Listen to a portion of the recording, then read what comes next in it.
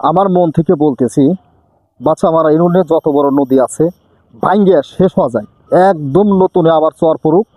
আমি যাতে বাড়ি করার, যারা গরিব আছে যাদের জমি নাই, তারা যেন বাড়ি করার জায়গা কারো কাছে না চাওয়া লাগে, চরকে চর পড়ে থাকবে।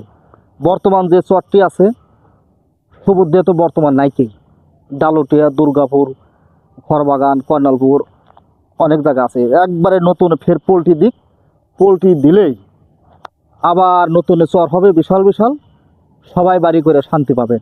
এখন যে জায়গা আছে একজনের বাড়ি করতে গেলে 2 থেকে 3 লক্ষ 4 লক্ষ টাকা পড়ে যায় বাড়ি করতে। জমি এলাকা দিতে হয় 1.5 লক্ষ 1 লক্ষ, মাটি কাটতে হয়। অনেক গরিব মানুষের টাকা পয়সা নাই, তাহলে কি করবেন? তাই আমার মন থেকে বলছি আল্লাহর কাছে, আল্লাহ তুমি একদম চরকে নদী ভাঙ্গিয়ে শেষ করে দাও, ফের নতুনে সুন্দরভাবে চর উঠাও। চর উঠলে যাতে আমরা সবাই বাড়ি করার জায়গা আরামসে পাই। আল্লাহ কিন্তু যা করে মঙ্গলের লেগেই করে।